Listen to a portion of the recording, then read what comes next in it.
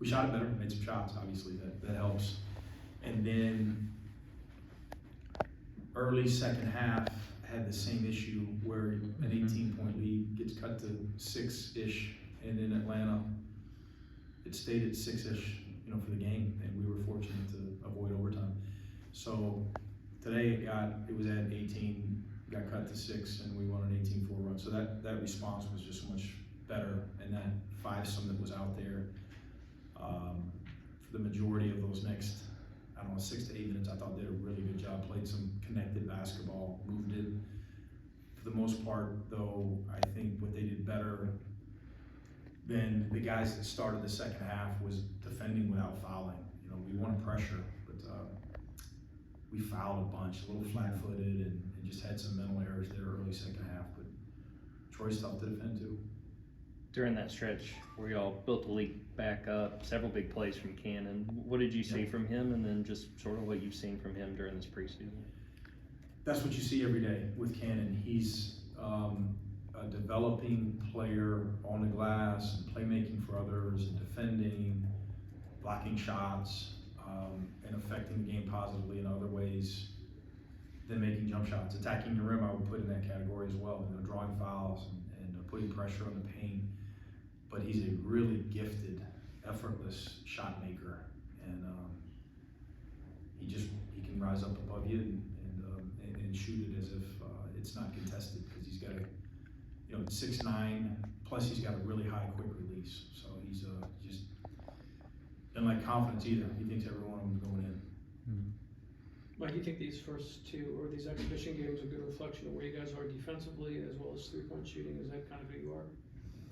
I haven't really studied the numbers as much.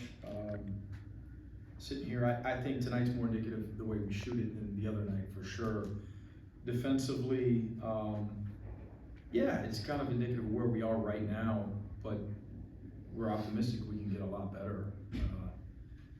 We had some possessions, and again, that mid-second half run where we're creating turnovers and then playing with discipline to late clock when they made us defend it for long stretches at times, and avoided fouling and played pretty connected. That's what we've got to be, but not for 5 minutes, for 40, right? So that's the plan, the goal.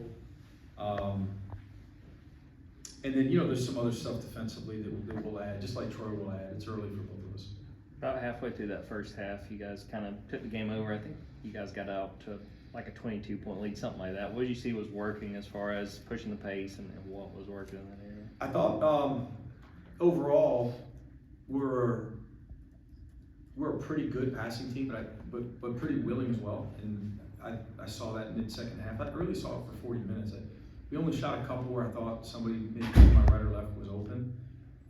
We like to see those be extras, as we call them. But for the most part, we're pitching it ahead. We're emphasizing stretching the court, obviously, and trying to occupy the corners and trying to get to the baseline, the bigs, unless we're in a different type of action. And did a pretty good job with that. But as good as we were at times with transition offense, I think we'll continue to get better there as well. All these areas you hope to continue to improve. You mentioned the response was different when Troy drew closer after half. What do you think led to that difference? Hopefully just coming together, continuing to come together, being a little bit more mature, learning from that experience there, being at home, and probably a combination of all of it. You see Blue there in the second half diving on the floor and getting a couple of steals. Yeah, I mean, just when he does that kind of thing, what kind of thing does it does for the defense as a whole to see somebody do that? Yeah, I wish, honestly, we had started the second half a lot better, and he was part of that five-some move, of course, but mid-second half, no one played on the court any harder than Blue did, and he goes 1 of 7 from 3, but played that hard, and that's something that is easier to control. That's what we preach every day, so loved it. He playing like a seasoned vet, modeled some leadership, and played really hard. I thought, speaking of playing hard, I thought off the bench, Smurf Millender and Justin Bailey really impacted the game right when they got in. Both halves, both played really well, and I thought Justin Abson played really well. Murphy could be a pretty good facilitator for you too. I mean, he had like 5 assists, I think, there in Yeah, the I first thought he half. passed up a couple because he's arguably our best shooter too. Yeah. 3 or 4 other guys want to fight me for saying that on the team. But we got 4 or 5 guys that can shoot it, and we got to become good. Right now, we're we're streaky overall as a team. But we want to see him be aggressive, but yeah, we love his unselfish. He's got a really good feel. He's a really quick thinker. Puts pressure on the defense offensively. Puts pressure on the paint, and yeah, he played really well. What does that tell you about a transfer? Now, at one point, he's diving off after a ball and it's an exhibition. I mean, just that he's going all out like that, and something you preach a lot just about trying to get those loose balls. I'll tell you, he's Houston tough. He's got some toughness. He does. He just plays really hard, and he needs to, and he needs to continue to improve in some areas like all of these guys. So he'll have some big games for us this year. He didn't start. I consider Smurf a starter, as I do Dylan James. He's a good player. Jeremiah with a really hot start tonight. Just what does he provide to this offense? He's an electric scorer. He's got a burst, a downhill burst as quick and fast as anyone I've ever coached. He hunts shots, he's aggressive. Like Cannon, he's got a high level of confidence. And he's really worked defensively to become a better player and become more committed on that side of the basketball. I don't know how much havoc he created in terms of tips and steals. Again, I hadn't really studied this, but he did a good job to me, just being in a stance and applying some pressure and putting forth some effort defensively. When did you first notice Cannon's confidence? Ooh, the first time I jumped on Synergy, when he was in the portal. He just lets it fly. And then, the first few workouts on campus, you could see his ability to get shots off, and he thinks they're all going in, and he's got a lot to work on, and it was an exhibition, of course, but he's a gifted shot maker for sure.